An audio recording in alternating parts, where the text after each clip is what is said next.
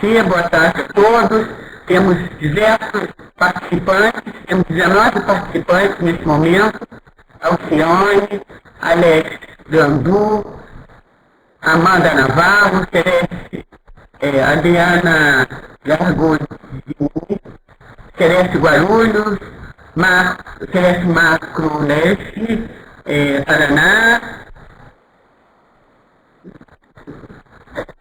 Enfim, temos bastante participantes. Celeste Paraná, Cristina de Celeste Belo Horizonte, Edileuza da Universidade da UNA, da Bahia, Fernanda, Chico Pedra, a Grace de Celeste de Ceará, Bauru, Cruzeiro, João Pessoa, vários participantes. Vamos dar prosseguimento então? Ok. Então, é todo seu. A apresentação é toda sua, Simone. Pode começar. Obrigada, Márcia. Eu gostaria inicialmente de agradecer a vocês pelo convite para participar dessa palestra, né? Para mim também é uma novidade participar desse tipo de atividade. Queria saudar todos que estão participando. Vou tentar falar de uma forma pausada para ver se a gente consegue, enfim, dialogar sobre o assunto. E vocês vão me dando retorno se tá tudo certo. Eu parei de ouvir o som, então não sei se está todo mundo ouvindo.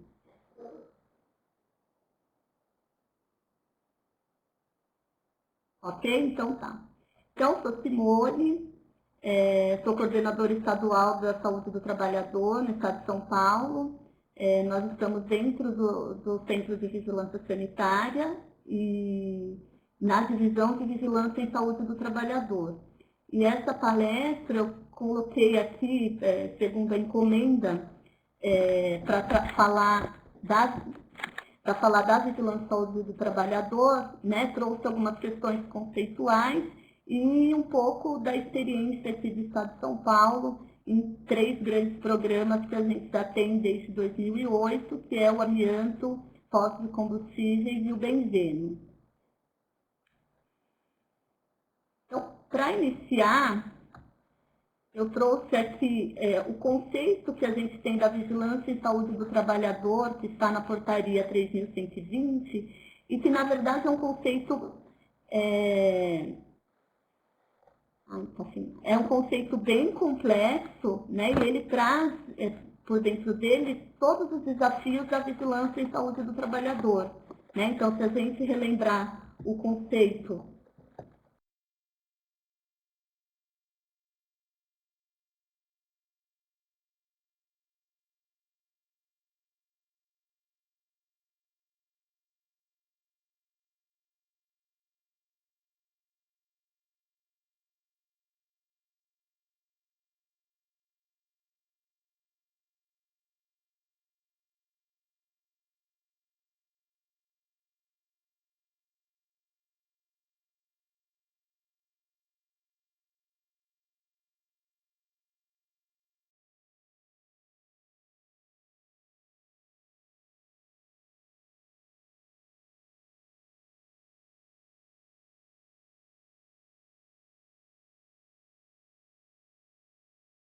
Agora sim, Posso continuar? Pode. Então, o conceito da vigilância em saúde do trabalhador, né, uma atuação contínua e sistemática ao longo do tempo, para detectar, conhecer, pesquisar e analisar fatores determinantes e condicionantes dos agravos, que são relacionados aos processos e ambientes de trabalho e seus aspectos tecnológico, social, organizacional e epidemiológico, para planejar, executar e avaliar intervenções para eliminar e controlar. Ou seja, só no conceito da vigilância em saúde do trabalhador, a gente tem uma série de ações que fazem parte desse fazer e que cada um deles constitui um desafio para a gente, né? Então, se nós olharmos para o contínuo e sistemático, né? A gente não está falando de ações que sejam pontuais para atendimento a determinada demanda, ela até existe, mas a gente sempre tem um desdobramento em função daquela ação desencadeada, né? A gente vai tratar de fatores, de determinantes e condicionantes do processo de saúde e doença, onde o trabalho tem um papel importante nessa determinação do adoecimento. É no trabalho que a gente vai encontrar aí os fatores, as situações de risco à saúde que produzem os acidentes ou expõem a população, a população trabalhadora a determinada situação que venha a ocorrer aí todas as doenças que a gente conhece. E o que significa essa atuação, essa intervenção? Né? Significa que a gente precisa pensar numa mudança daquela realidade, numa intervenção de fato. Né? Então, uma ação de vigilância em saúde do trabalhador, ela não pode se encerrar num diagnóstico da situação encontrada. Ela tem que, a partir desse diagnóstico, dessa avaliação, desse reconhecimento das situações de risco à saúde, é necessário que se tome medidas para, enfim, eliminar e controlar essas situações de risco à saúde.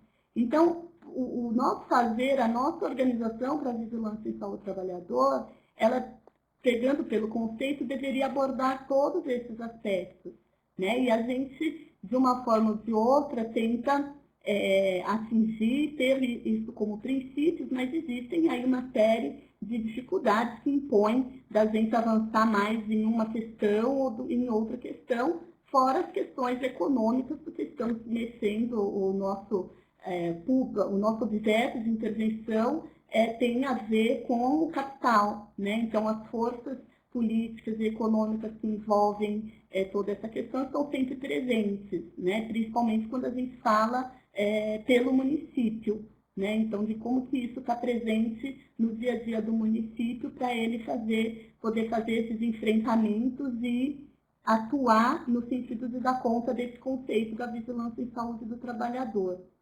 Então, o contínuo sistemático, atuando nos condicionantes, olhando para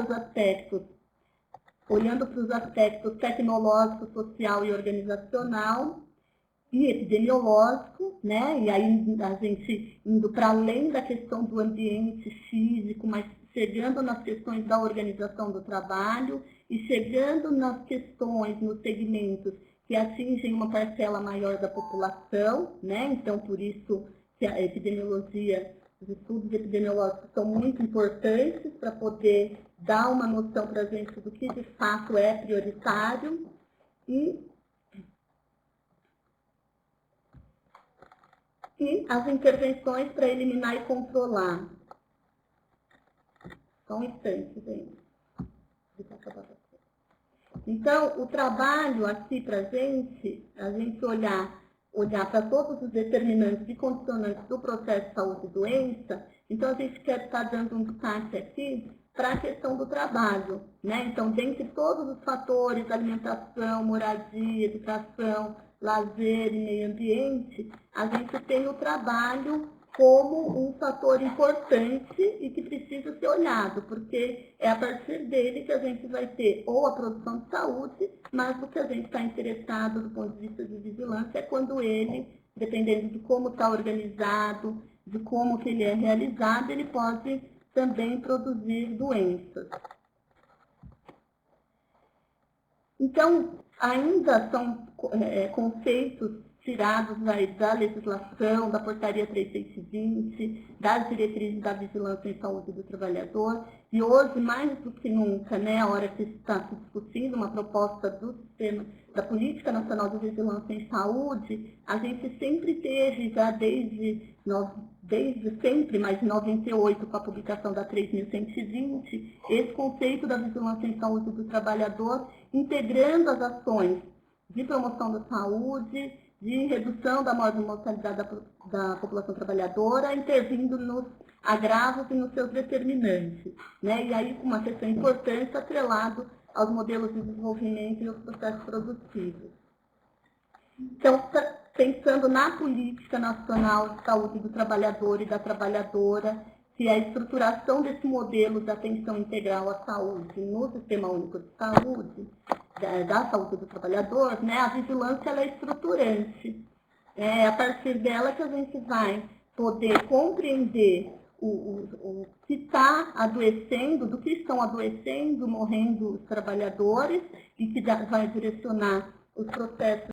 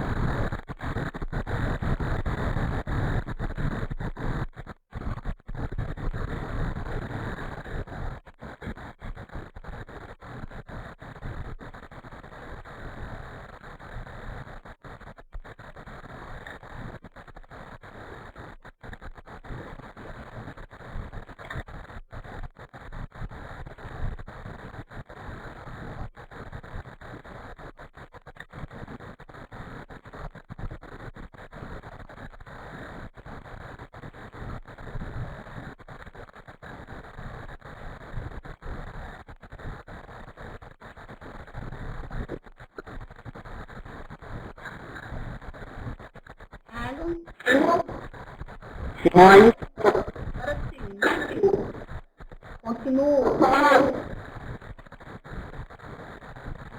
Posso continuar? pode continuar. Então tá. Então, problema, eu acho que as duas questões aí importantes em relação à vigilância, que está aqui nessa definição, é a questão da interdisciplinaridade,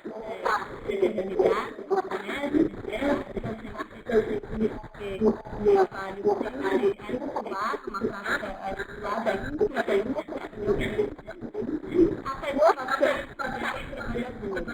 né? Eu acho que essa é uma questão muito importante do conceito de prática, que a gente precisa sempre incorporar nesse momento da vigilância desse planejamento até a execução das funções do programa, a avaliação, a definição dos processos. A gente tem que estar sempre com o trabalhador participando desse processo, né? Eu acho que são as duas questões essa questão da estruturação no campo da atenção, né, da atenção integral ao trabalhador, mas também ao desenvolvimento das ações dos processos articulados e com a participação dos trabalhadores.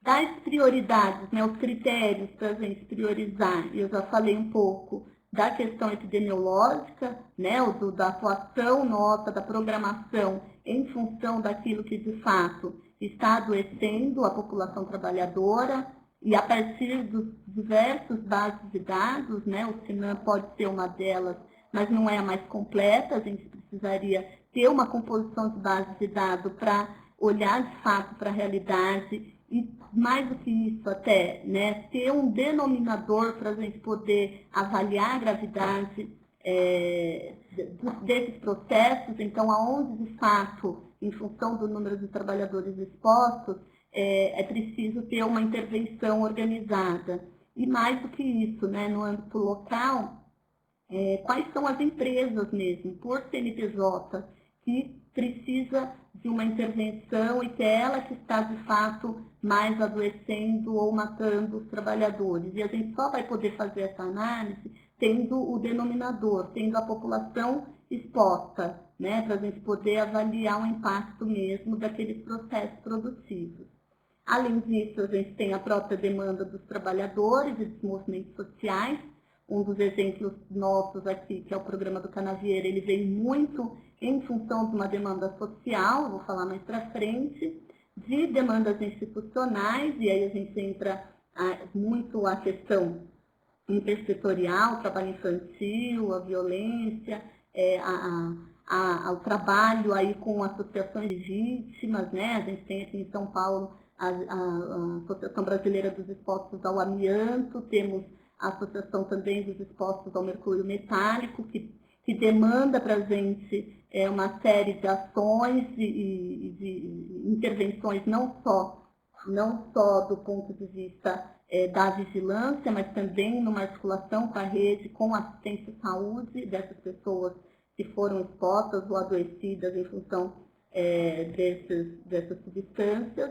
Enfim, são alguns dos critérios que a gente pode utilizar para embasar e para configurar programas. A gente tem trabalhado aqui nessa lógica de programas, para além das ações, das demandas pontuais, Ministério Público do Trabalho, próprios sindicatos e outras demandas, mas a demanda forte do Ministério Público do Trabalho, mas a gente tem tido uma experiência boa em relação à configuração de programas estaduais, onde a gente tem o envolvimento do Estado como um todo, das diversas instâncias responsáveis pela vigilância, especialmente a vigilância sanitária e o Centro de Referência em Saúde do Trabalhador, porque ela fortalece o desenvolvimento das ações no Estado como um todo, então não é só uma região específica ou um município específico, a gente tem envolvimento geral, e a gente tem a justificativa baseado, então, nesses critérios aí que estão colocados na Portaria 3.120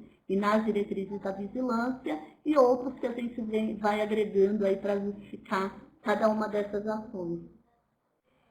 E aí nós temos a inspeção sanitária, né, como uma ação que ela é fundamental. A vigilância em saúde do trabalhador, ela compreende uma série de ações e uma delas é a inspeção sanitária, a inspeção no local de trabalho, né, de olhar para a atividade produtiva, observar o processo de trabalho, conversar com os trabalhadores, analisar toda a documentação, né. Então, não dá para a gente dizer que está fazendo uma vigilância, exceto uma vigilância epidemiológica, mas para subsidiar uma intervenção no ambiente ou no processo de trabalho, ela passa por ir até esse local de trabalho. E mais do que isso, quando a gente fala na conversa, entrevista com os trabalhadores, ela é fundamental para a gente poder conhecer aquele processo de trabalho e as questões mais afetas à organização do trabalho. Né? A gente é preciso que essa conversa, a gente tenha esse diálogo com os representantes da empresa, né? Mas também não pode ficar somente nos representantes da empresa. É preciso conversar com os trabalhadores, porque são eles que podem falar sobre o trabalho que eles desenvolvem. Né? Acho que são estratégias que a gente precisa ter sedimentado nesse fazer da inspeção, né, de conhecer. Você vai fazer uma investigação de acidentes de trabalho, é preciso conversar com a vítima, né, no caso, se não for o fatal, mas nos fatais conversar com as testemunhas, com quem estava presente naquele local. Trazer a informação da empresa, de como que a empresa enxergou aquele acidente, né, para que linha que ela fez a análise e concluiu, deu a conclusão do caso, mas é importante ter a visão e saber da fala dos trabalhadores, né, porque o que ele fazia naquele momento que aconteceu o acidente, o que ele estava fazendo de diferente de outros dias, porque naquele dia alguma coisa aconteceu de diferente que propiciou a ocorrência do acidente. Então, só quem pode falar isso são os trabalhadores, né? Ou o trabalhador acidentado ou os trabalhadores que estavam presentes, que testemunharam a situação, né? O que ocorreu de diferente naquele dia, naquele processo de trabalho que desorganizou a coisa e propiciou a ocorrência do acidente. Então, isso é fundamental, a observação dos processos, mas também a fala com os trabalhadores. E observar o modo do trabalho, a relação dos equipamentos e dos instrumentos, né? Então, quando a gente olha para uma máquina que tem uma medida X de proteção, que está fundamentada em uma legislação, é importante saber não só a ausência daquela medida, mas o porquê que ela, naquele momento, ou se sempre, ela não é utilizada. Então, existe sempre uma explicação na lógica, se a gente for buscar uma explicação, ela está centrada na lógica da gestão daquele processo, da organização daquele trabalho. Então, são questões que são importantes a gente observar no processo da inspeção sanitária, que muitas vezes, e aí a diferença da ação de uma vigilância sanitária clássica para olhar a questão da qualidade dos produtos de saúde ou dos serviços de interesse da saúde, que muitas vezes são ações que são pontuais para verificar determinada situação, determinada prática de fabricação de alimentos ou de produção de medicamentos e etc. A inspeção em saúde do trabalhador, muitas vezes, ela não se encerra naquela única ida à empresa, né? Preciso ter um estudo daquele processo de trabalho e algumas vezes isso vai exigir um retorno àquela empresa para conversar com alguém mais, com um trabalhador, para analisar algum documento que não foi analisado, para se poder encaminhar, ter uma conclusão daquela inspeção e poder ter os encaminhamentos necessários. E o diálogo com os trabalhadores, mais uma vez, que ele é imprescindível. E quem são os profissionais da VISAT? Né? Então, são aqueles que estão nos municípios, nas regionais ou no âmbito estadual, de vigilância em saúde e dos centros de referência em saúde do trabalhador. Né? Então, a gente inclui aí, e aqui a gente já trabalha já há muito tempo, não podemos dizer que é 100% do Estado, mas é um trabalho que no Estado a gente discute as ações de saúde do trabalhador na vigilância sanitária já há muitos anos. E tendo os centros de referência em saúde do trabalhador também como equipe que precisa estar dentro das suas atribuições, né, colocadas em todos os documentos, da atribuição dos profissionais do CEREST na vigilância em saúde do trabalhador. O marco legal é a Constituição Federal e Lei Orgânica de Saúde, né, mas o que eu queria dar esse panorama e deixar registradas diversas portarias que a gente tem e que dão todo o subsídio do ponto de vista legal para a gente poder desenvolver as ações de vigilância em saúde do trabalhador. Né? Elas estão em 98, que a gente teve a portaria 3.120, que a gente fala o tempo inteiro, e ela ainda é super atualizada, né? Depois todas as portarias que instituíram a RENASC, criaram os centros de referência, pediram para eu voltar, a Marques Leite pediu para eu voltar um slide. É o slide que fala da competência do Sistema Único de Saúde para executar as ações de vigilância sanitária, epidemiológica e saúde do trabalhador, e colaborar na proteção do meio ambiente nele compreendido do trabalho. E a definição da Lei Orgânica de Saúde, definindo saúde do trabalhador como esse conjunto das ações de vigilância epidemiológica e sanitária articulado com as ações de assistência à saúde, de recuperação e de reabilitação. E aí as demais legislações que eu estava dizendo, que confere essa competência e dá atribuição para o Sistema Único de Saúde para o desenvolvimento das ações. E no estado de São Paulo, né, então estou falando daqui, eu acho que é interessante colocar essa nossa realidade, nós temos também, desde a Constituição Estadual, a atribuição do SUS de olhar para as questões relacionadas ao trabalho. E aí, em 95, o Código de Saúde também tem vários artigos. Temos uma lei específica publicada em 97, 905, que fala da saúde do trabalhador no SUS. E, para a gente, o mais importante, o Código Sanitário Estadual, a Lei Estadual 10.083, de 1998, que tem um capítulo específico que fala dos ambientes de trabalho. Né? Então, colocando, e aí isso se reflete na portaria que define o Sistema Estadual de Vigilância Sanitária, a portaria CVS 4, mais atualizada de 2011, que coloca aqui quaisquer outros locais, né? E aí eles incluem os ambientes de trabalho. Se colocar em risco a saúde da população, ele é um objeto de ação da vigilância sanitária. Então, isso para a gente é o que de fato, junto com as demais, com a própria Constituição Federal, mas é o que vai, de fato, conferir essa competência para a intervenção e a atuação nos locais de trabalho. Né? Então, principalmente o Código Sanitário. Aqui é só para dar um exemplo, uma situação de como que está aqui no estado de São Paulo, dado que a gente tem, sobre as notificações, os agravos de notificação compulsória. A gente tem aí,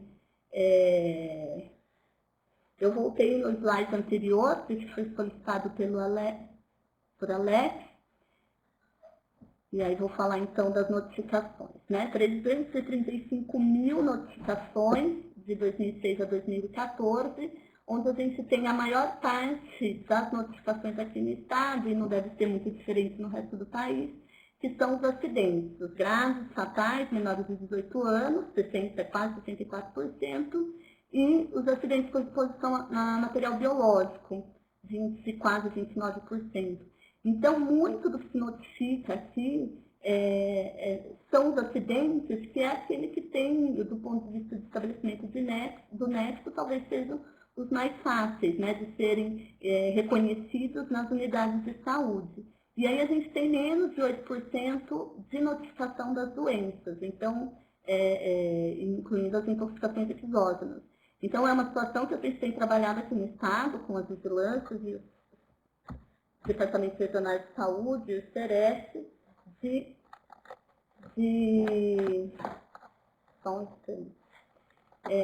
melhorar a notificação, né, dessas doenças, porque é a partir do conhecimento dos problemas que a gente pode planejar as nossas intervenções nesses locais que estão mais adoecendo. Então, hoje a gente tem uma questão de problemas que ainda precisam ser reconhecidos e notificados para a gente, de fato, ter um panorama desses adoecimentos aqui no estado. Então, essa é a curva, né, somatória de todos os casos, de 2010 a 2013. Ela é uma curva ascendente, né, a gente tem uma boa notificação, mas a gente ainda está trabalhando para o incremento dessa notificação em todos os municípios do estado. Muito do que a gente tem de notificação são feitas pelos municípios de grande porte, município de São Paulo e os outros municípios maiores, com uma importância maior em termos populacionais aqui no estado.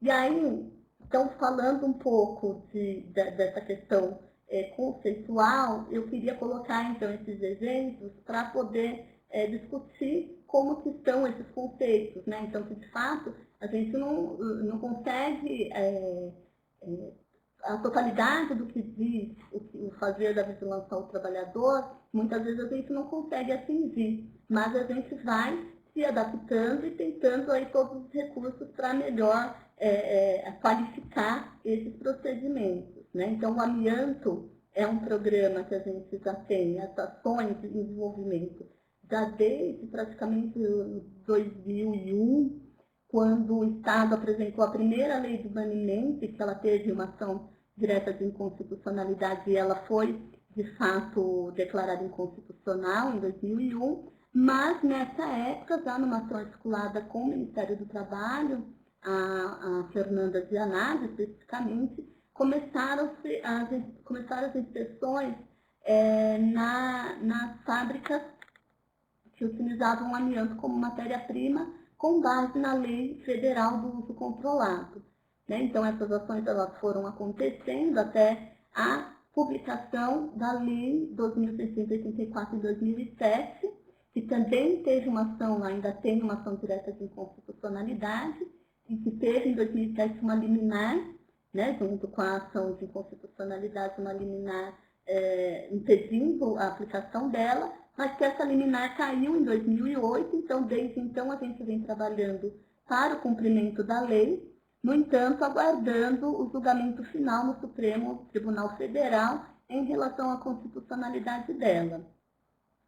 As ações executadas, elas estiveram centradas muito na questão da indústria, logo no início, e hoje a gente tem ainda ações que são desenvolvidas em todo o Estado nos estabelecimentos que comercializam material de construção, nas lojas de material de construção, para coibir a venda de produtos de telhas, principalmente com amianto. A gente, em relação às notificações, né, a gente não tem, o que a gente tem de notificação, elas foram feitas pelos centros de referência ao trabalhador, basicamente, né, a gente tem muitas delas, mais da metade delas, que são das empresas Brasilite e Eternite, que por conta de um termo de ajuste de conduta, elas foram obrigadas a reconhecer uma série de trabalhadores com doenças relacionadas à exposição ao amianto e abrir CAT, né? Então esse CAT exigiu a abertura de CAT desses casos e com base nisso o Sereste Campinas fez a notificação desses casos no SINAM. Então a informação que a gente tem, ela vem dessa situação. Então não é uma situação que a gente tem nos serviços de saúde, um olhar, exceto os Serestes, um olhar de fato para essa questão do amianto. Nós tínhamos, em 2008, 19 empresas usuárias de amianto aqui no estado de São Paulo. Todas elas foram inspecionadas, aquelas em uma inspeção articulada, Ministério do Trabalho, e pela vigilância, a gente tinha a participação aqui da Vigilância Nível Central, a Regional do Estado e a Vigilância Sanitária Municipal, e junto com o Centro de Referência em Saúde do Trabalhador da área de abrangência.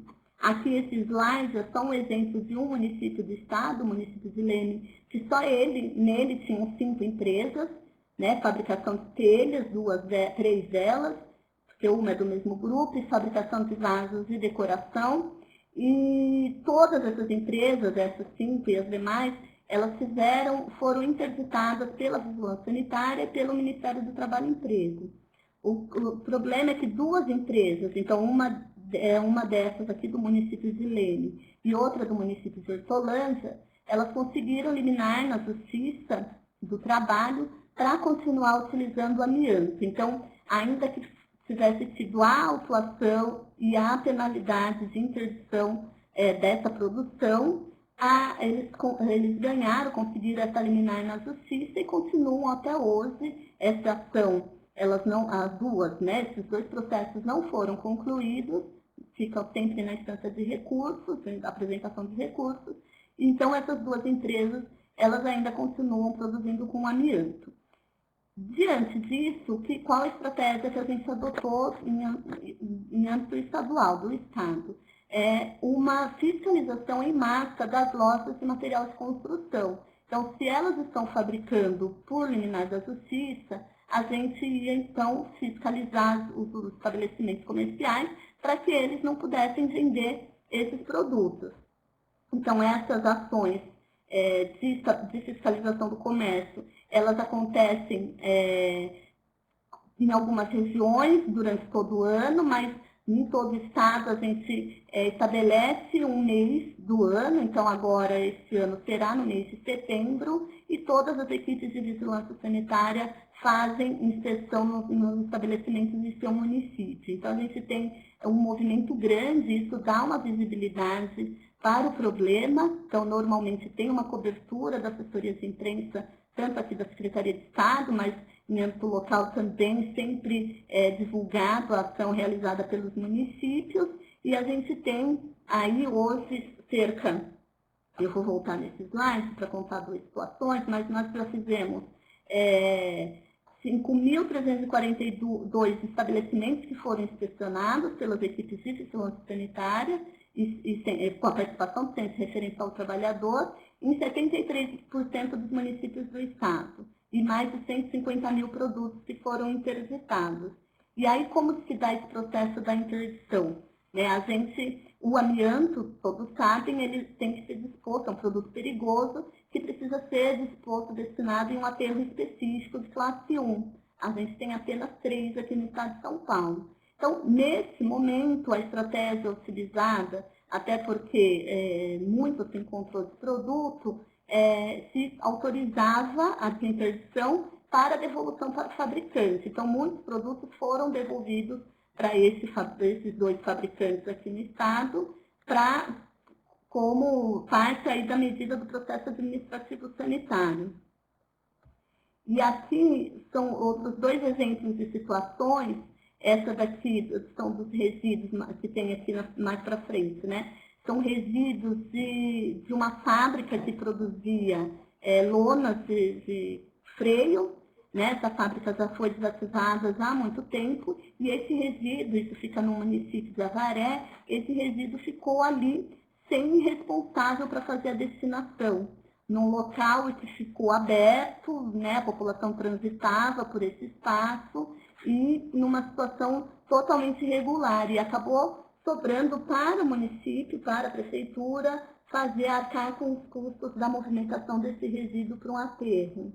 E aqui onde vocês, 2 fotos, vocês estão vendo com amianto in natura, né, sacos de amianto in natura, foram 2 ações que nós realizamos ainda em 2009, de interdição de cargas de amianto que iam no porto seco, mas que já iam passar para um processo de embarque para exportação para a Índia.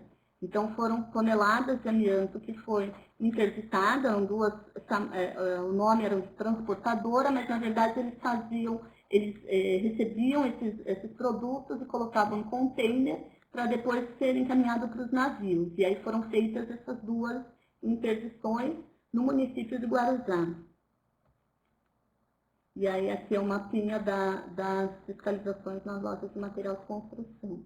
Então, do amianto, só para testar, né, para a gente retomar um pouco daquela questão conceitual, a origem desse programa, ela tem uma origem num problema importante de saúde pública, né, pensando na questão do adoecimento dessas pessoas, uma forte presença e cobrança e articulação com a Associação Brasileira dos Expostos ao Amianto, mas ela foi fortalecida pelas legislações, né? Eu acho que no momento de 2001, quando foi apresentada a legislação estadual, ela teve um movimento forte de capacitação das equipes para essas fiscalizações. A lei foi derrubada, mas foi dada continuidade à fiscalização com base na lei federal, e depois em 2007 com a lei estadual que proibiu o uso. A gente tem chamado e mantido esse programa no Plano Estadual de Saúde, ele vai continuar para o próximo quadriênio, considerando a importância da questão,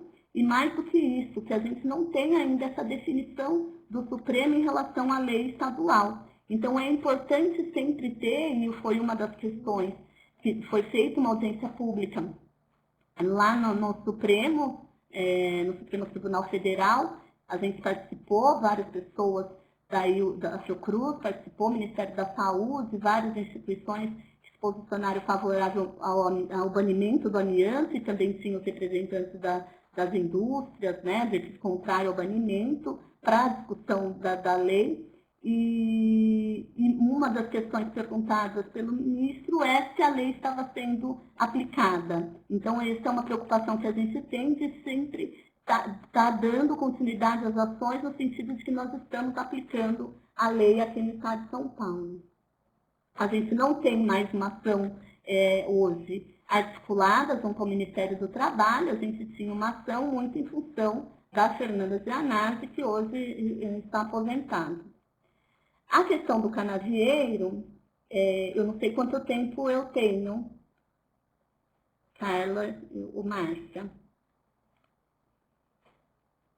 Eu já tenho, Simone, nós temos até 3 horas.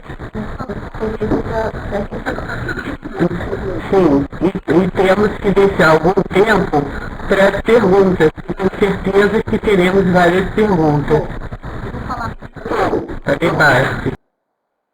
Então, o programa do Canavieiros, ele também teve início em 2007, e ele vem de uma pressão, de uma demanda social importante, né, vindo da pastoral do migrante principalmente, que passou a contabilizar as mortes ocorridas no campo com os trabalhadores do corte de cana que morriam e eram chamadas mortes por exaustão. Né? Então, eles morriam de tanto cortar a cana. E eles passaram a fazer essa contabilização, eles encaminharam denúncias e demandas para o Ministério Público do Trabalho, que também passou a cobrar da vigilância sanitária uma ação efetiva em relação a essa situação.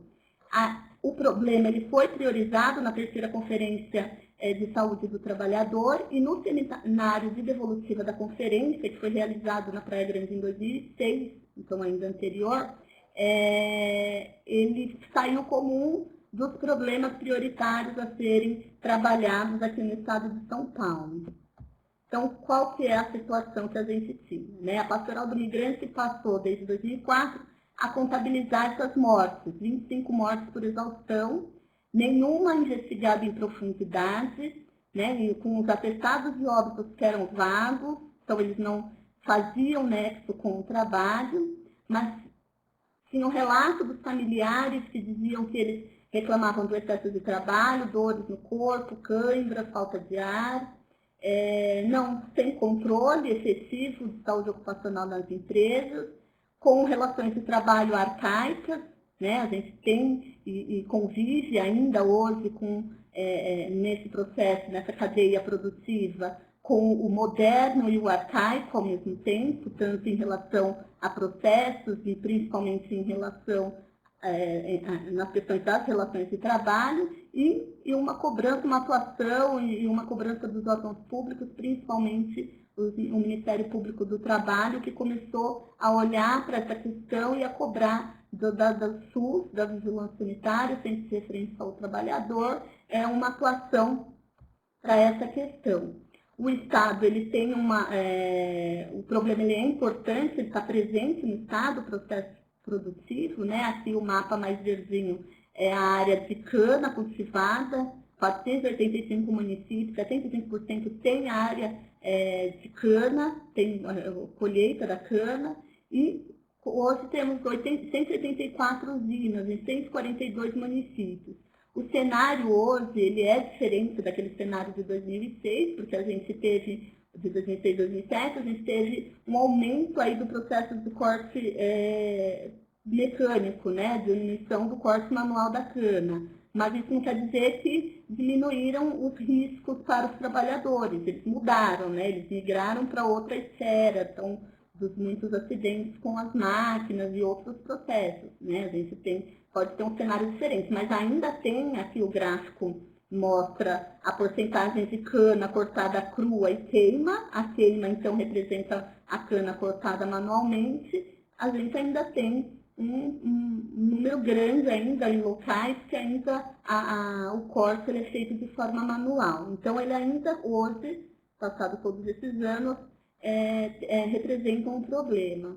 Aqui são usados os sinais de acidentes de trabalho só para o trabalhador da cultura de cana-de-açúcar. O número nem é tão representativo assim, né? Então a gente tem que considerar a subnotificação, mas para chamar a atenção da idade desses trabalhadores, né? Então, 58% de 20 a 34 anos, são pessoas jovens, e a outra em seguida de 35 a 21%, de 35 a 49 anos. Então, é uma força produtiva jovem que muito cedo ou morre ou tem mutilações importantes aí na sua condição física que incapacita para qualquer outra coisa que ele possa desenvolver, tanto do ponto de vista de atividade de trabalho, mas também para a sua vida, né? Então, é uma força produtiva que em algumas safras ele não consegue mais desempenhar aquilo que ele desempenhava antes em termos de toneladas de cana cortada. E aqui a gente tem aqui os desfechos, né? Só para esse trabalhador desse CBO, 23 óbitos, 13 com incapacidade permanente e muitos aqui, 44%, incapacidade temporária. E algumas situações que a gente encontrou, porque qual que é a principal questão aí no programa, nessa questão do canavieiro, né? A gente tem um determinante importante que é o pagamento por produção, né? Então, é isso que acaba determinando que esses trabalhadores cortem muito além da sua capacidade física e das condições que lhes são dadas para a realização daquela atividade, em relação à hidratação, alimentação, pontos de descanso e várias outras questões que são importantes. Então, trabalho pesado, a céu aberto, percorre longas distâncias e sem condições básicas e mínimas de alimentação e de hidratação para que ele desenvolva a sua atividade, né? Então, uma das coisas que a gente olhou daquilo também dentro da nossa governabilidade, já que a gente não tem essa discussão do pagamento por produção, é uma discussão muito maior do que o aspecto ali da vigilância, da ação de vigilância, foi a questão da água oferecida a esses trabalhadores, né? Então, o que foi discutido ali, que a água ela era um importante fator de adoecimento pela condição dada de armazenamento, né? Então, vocês estão vendo aqui reservatórios que são instalados nos ônibus que transportam esses trabalhadores, sem nenhuma condição de limpeza, de higienização e de temperatura. Então, essa água ela não está conservada numa temperatura adequada para aquela temperatura que eles estão ali no campo, no momento do corte. Então, foram elaboradas e publicadas uma portaria e um comunicado orientando as equipes em relação à vigilância da qualidade da água, então uma articulação com o programa de vigilância da qualidade da água, um olhar específico para essa água oferecida nas frentes de trabalho. Naquela ocasião foram analisadas 318 amostras de água que foram coletadas dos ônibus e dos caminhões-pipas, 121 amostras vinham de soluções alternativas coletivas e 62% delas eram do abastecimento público, a origem dela do abastecimento público. E a situação encontrada, na época ainda estava vigente a portaria 118, hoje é 1914, mas para os parâmetros, não existia na portaria parâmetro para água transportada nessa condição, né, de reservatório adaptado.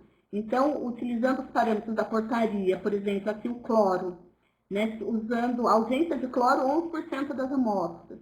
Se considerasse o mínimo estabelecido para a rede, 26% estava em desacordo. No mínimo estabelecido para o transporte via caminhão-pipa, 40% em desacordo. E fora 14% coliformes totais, 8% termais, aqui não é um estudo, né, um estudo com caráter científico, mas são resultados de amostras coletadas durante as ações, né, de vigilância, e que elas foram importantes para fazer essa discussão aqui internamente na Secretaria e para poder subsidiar a elaboração daquela portaria estabelecendo os critérios para a qualidade da água desses trabalhadores. Outras questões relacionadas à alimentação servida, as condições para a realização da refeição, né, os pontos de apoio. Então, isso foi muito discutido, teve um grupo de trabalho que elaborou uma proposta ampliada de portaria, de resolução, de norma técnica, para falar sobre essas questões de condições de alimentação, de conforto, de ponto de apoio para esse trabalhador, que não volta para o ônibus, né? Ele não volta para encher o garrafão de água, para fazer alimentação. Então, conforme ele vai andando, deu a hora do almoço, onde ele estiver, ele para realizar essas questões básicas aí de alimentação e de outras questões de necessidades do trabalhador durante a realização da sua atividade. Então, são questões ainda importantes. Essa resolução ela não foi publicada, está na consultoria jurídica para análise, mas são questões que a gente acabou ampliando para qualquer trabalhador de frente de trabalho, não só o canavieiro, pela peculiaridade do trabalho, do deslocamento e do tipo de trabalho que é realizado. Outra coisa foram os alojamentos e as habitações coletivas, que também exigiu o estabelecimento de regras, né, para instalação, e não são os alojamentos, a NR 31, que fala do trabalho rural, ela já trata de todos os critérios, já põe todos os critérios para a instalação de alojamento. Aqui nós estamos falando das casas adaptadas, moradias que são moradias familiares, que acabam sendo colocados aí 20, 30 homens, que chegam de outros estados para trabalhar no corte de cana, e em condições precaríssimas de conviver, de viver nesse local, de condições tanto para alimentação, tanto para dormir, né? E muitos não tinham essas camas. E aqui a gente teve uma ação muito forte do Ministério Público do Trabalho, da 15ª Região, principalmente na região de Piracicaba, e junto com o CERES Piracicaba e os municípios da área de abrangência, que pactuaram aí, assinaram termos de conduta para inserção desses locais. E aí, posterior a isso, a gente trabalhou uma portaria específica, obrigando esses alojamentos a terem o cadastro, a realizarem o cadastro na vigilância sanitária antes da sua instalação. E aí, então, essa questão do pagamento por produção, né, que ela foge, a gente tem um papel importante de colocar e de apontar, de realizar estudos para dizer que existe essa importância, né, que é isso que determina o adoecimento nesses locais, mas ela não é diretamente uma questão fácil de ser enfrentada na ação de vigilância, né? Então, aqui é um cartaz falando de premiação, né? Então, bicicleta, moto para cortadores que não têm faltas ou com uma média mínima de 12 toneladas homem-dia, um carro se cortar acima de 12,5 toneladas, TVs, enfim. Vários outros prêmios foram no momento das inspeções, e da McDonald's, um passeio no shopping, um aparelho de DVD. Então, são vários prêmios que eram colocados para esses trabalhadores para estimular o aumento aí das toneladas de cana cortada. E aí uma discussão que a gente coloca aqui, e que muitos locais isso estava realizando, é a questão da ginástica laboral, né? Como que a gente pode pensar em ginástica laboral para esse tipo de trabalho, né? Então, eu acho que aqui fica muito forte da gente refletir sobre a ginástica laboral e qual que é o papel dela nesse processo todo, né? Então, se a gente não mexe no trabalho, nas questões da organização do trabalho, não resolve ginástica laboral. E aí, olhando para esses trabalhadores, né, com esse tipo de roupa, com sapatos e calçados, isso é um aquecimento, um mero aquecimento, que não tem efetividade nenhuma para o desenvolvimento do trabalho dele, que é um trabalho pesado. Linha de Corte, que todos devem conhecer, né, produzido aí pela Fiocruz, ele traz esse trabalho, esse panorama do problema do canavieiro, né, e ele foi filmado basicamente aqui no estado de São Paulo, e ele é bem interessante que ele vai apontando todos esses processos aí em relação aos problemas e aos determinantes, aquilo que está determinando o adoecimento desses trabalhadores e as soluções necessárias. Aqui a gente não conseguiu, por exemplo, uma adesão com o Sindicato dos Trabalhadores. O único sindicato que faz essa discussão e que participou em vários momentos das ações, da formulação das legislações e das portarias, foi o sindicato do município de Cosmópolis. Os demais sindicatos rurais, eles não aderiram a essa discussão. Por quê? Porque a hora que faça a discussão do pagamento por produção, ela não é unânime entre os sindicatos dos trabalhadores. Né? Então, quando a gente coloca lá, só remetendo um pouco do que a gente viu dos conceitos, a participação dos trabalhadores, ela é importante, é essencial, e a gente pode dizer que a gente não está fazendo vigilância ao trabalhador se a gente não tiver os trabalhadores, a gente, em determinadas situações, a gente vai fazendo aquilo que pode, dependendo do contexto e daquilo que a gente tem. Então, nesse caso do canavieiro, infelizmente a gente não teve, exceto que foi uma demanda social do Conselho da CIS, Conferência de Saúde do Trabalhador, a CIS estadual esteve sempre presente, fez parte do grupo que era chamado GT Canavieiros, a CIS estadual ela fez parte desse grupo, o Sindicato dos Trabalhadores de Cosmópolis também participou, a Carlita, ela está no vídeo, mas de um modo geral a gente não teve ali na ação local, regional, a participação dos trabalhadores e suas representações nesses momentos da inspeção.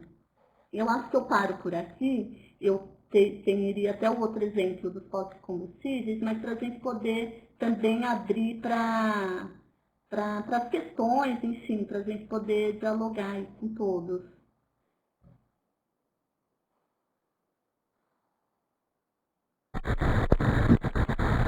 Ok, Simone, parabéns pela excelente apresentação, bastante rica de detalhes. Vamos então passar às perguntas e às questões.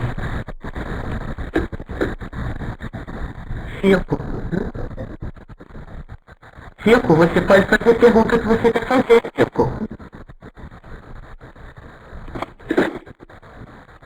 Não só Francisco Pedra, nosso colega, mas assim como outros profissionais também, estamos aqui aguardando.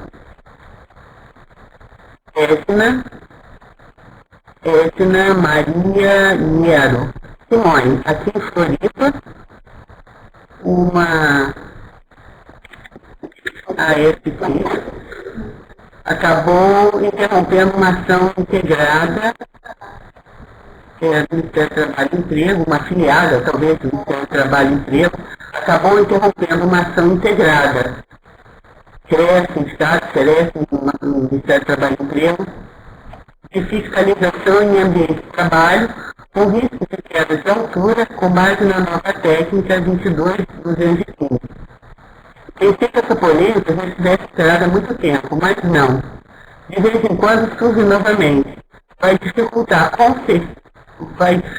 com certeza um trabalho interinstitucional entre a Secretaria Municipal de Saúde e o Ministério do Trabalho e Emprego.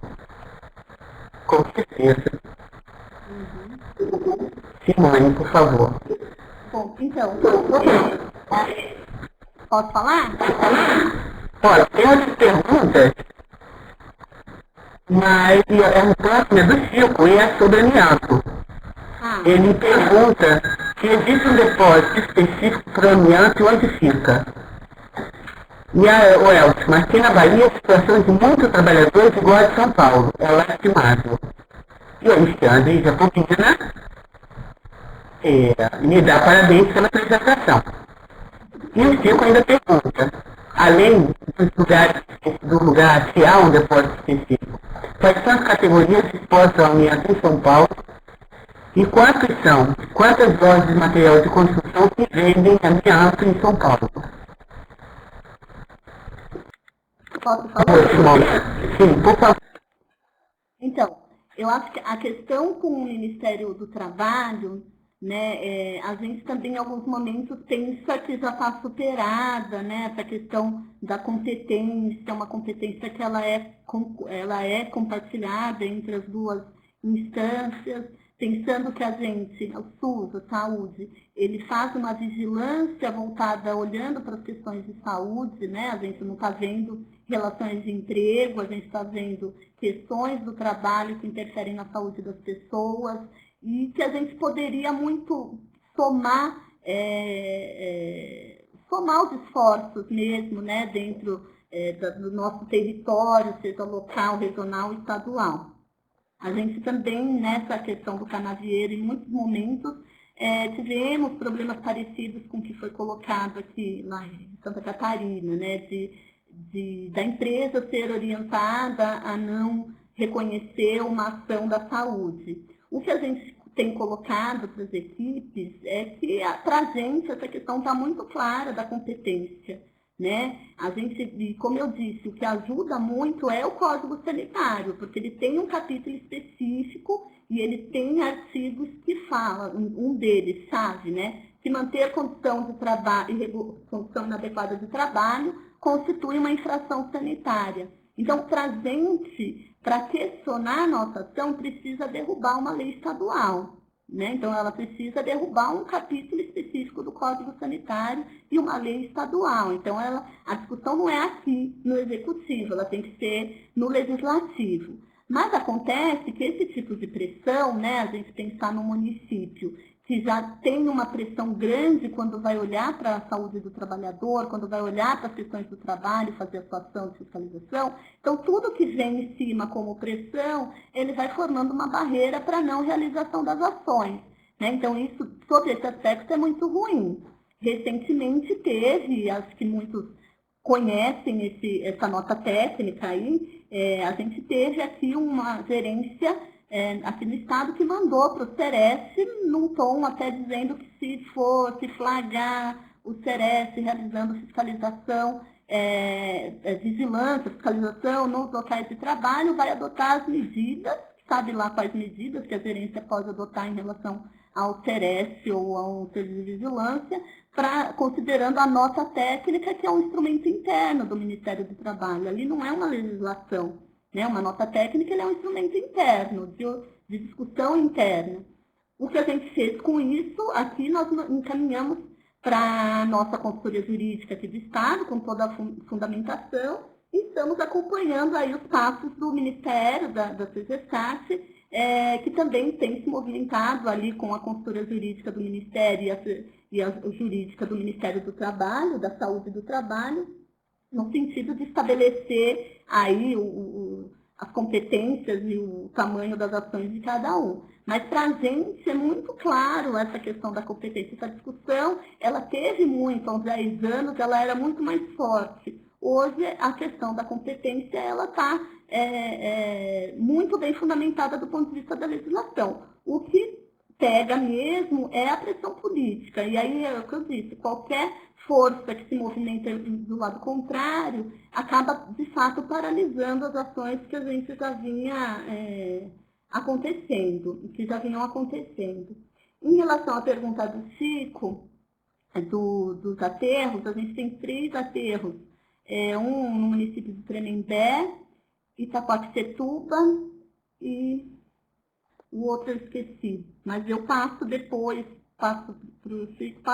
aí para vocês encaminharem para todos, que recebem, mas é um tipo de aterro que ele é muito caro para fazer essa disposição, né? Porque as telhas não podem ser quebradas, por exemplo. Então, fazer a destinação de uma telha não é um processo simples, ela não vai ser quebrada, ela precisa ser embalada corretamente para ser enterrada daquela forma. Então, não são processos que são baratos e simples de serem executados, né? Pelo tipo, em função até do tipo de produto, do produto perigoso que a gente está tratando. Eu não tenho noção agora de quantas lojas de material de construção que a gente tem. Os municípios têm esse levantamento, mas a gente tem, por exemplo, no município de São Paulo, uma infinidade de lojas e microlojas, nos bairros principalmente, né? Tem as grandes lojas, mas a gente tem uma infinidade de lojas de material de construção. E por isso que a estratégia não é cobrir, né? Ter uma cobertura de 100%. A estratégia é a gente dar visibilidade para o problema, e a gente só consegue dar essa visibilidade fazendo todo mundo junto, porque movimenta o Estado, tem números, a somatória de todas as ações, ela que dá um número importante de ação. Se cada um fizesse individualmente, não significaria nada, né? Mas a estratégia de fazer coletivamente, coordenada, ao mesmo tempo, é para dar um volume de ações realizadas e esse volume produzir informação. Então, vai para a mídia, vai para a imprensa. Então, todo ano a gente tem aí uma série de reportagens que saem e comprovando essa ação e falando do amianto e dizendo, então, que existe essa lei, chamando a atenção para a lei, né? Então, por isso que a gente não tem essa pretensão de cobrir o 100% dos estabelecimentos. O que a gente quer dar é visibilidade para o problema. Nas cidades menores, isso é mais fácil de saber quantas lojas tem. O que as cidades maiores é que daí fica mais enviado, aliás. Perfeito, Simone. Eu acho muito importante ressaltar o que o Jacobina coloca agora no final, que ele fala que uma nota técnica em um ministério pode sobrepor a legislação. Aqui no Rio de Janeiro nós passamos por isso também, e a forma como nós lidamos com essa questão foi, além da Lei 8080, e como ele coloca aqui, as portarias do SUS, a questão da inserção no Código Sanitário, como você muito bem referendou. Então, o que o Jacobina alerta, né, coloca aqui, que o SUS não pode querer substituir a superintendência do Ministério do Trabalho. Nós somos da saúde, de saúde do trabalhador, e não a expressão do trabalho. Sem isso, deixa para eles, né? A nossa expressão é sanitária e em saúde do trabalhador. E tudo que apresentar riscos ou for determinante de agravo, devemos intervir. Então, eu acho que a grande dificuldade está, sim, na inserção no Código Sanitário Municipal e Estadual, que nem todos os estados e municípios já o fizeram, né? Você concorda? Não, concordo. Mas, assim, eu concordo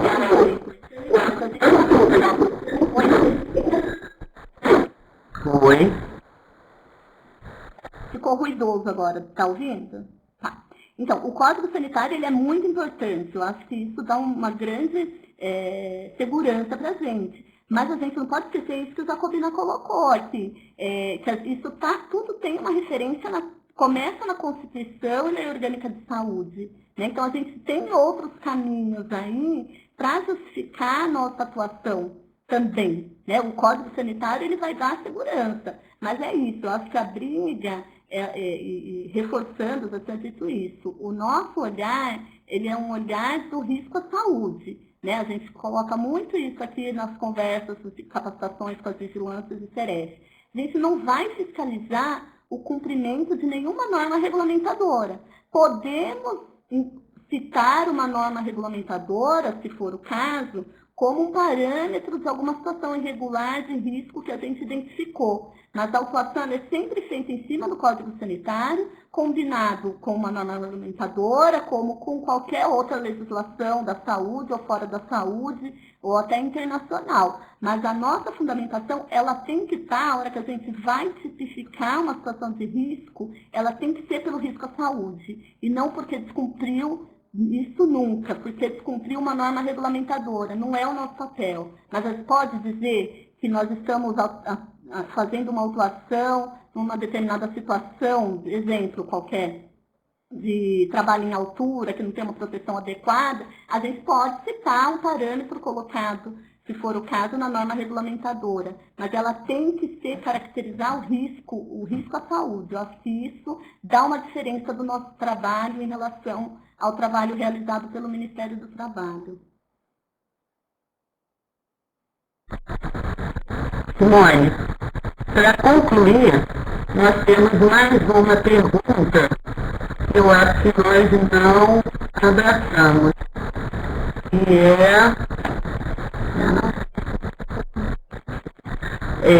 que foi do Celeste Quixeramobim, que pergunta, que eu acho muito importante para os outros Celestes que ainda não puderam efetivar.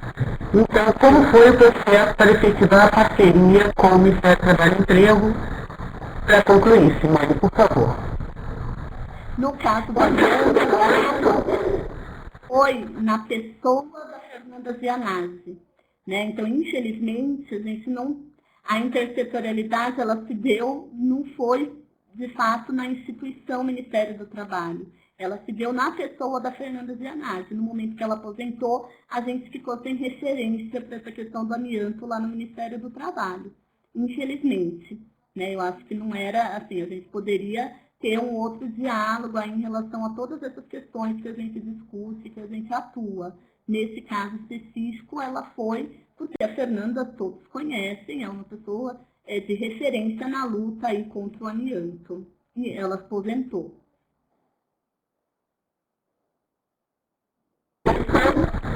Perfeito, Simone. Estamos na nossa hora, infelizmente nosso tempo acabou. Parabenizo a você pela excelente apresentação e a todos os participantes por acreditar que seja possível manter a esperança e apesar de tudo, apesar de lamentarmos a aposentadoria precoce, eu acho que ela tem muito que contribuir ainda da Fernanda, mas assim, temos que continuar. Então, muito obrigada, que venham outras participações, e que você esteja presente também conosco. E só lembrando que no dia 25 de agosto nós teremos outra apresentação, que será a prevenção da incapacidade prolongada e a reabilitação dos trabalhadores e trabalhadoras, desafios e implicações para a Política Nacional de Saúde do Trabalhador e Trabalhadora. Com a Mônica Angelini, já está confirmada e aguardamos a presença de todos. E parabéns mais uma vez a você, Simone, e a todos nós que acreditamos. Beijo, querido. Márcio, gostaria de agradecer mais uma vez vocês pelo convite. Espero ter atingido a expectativa, né? Como eu disse inicialmente, para mim é uma novidade esse tipo de conversa, né? Pela web. E agradecer a todos que estiveram presentes aqui, da gente poder continuar conversas como essa, presencial ou à distância, aí em outros momentos. Obrigada.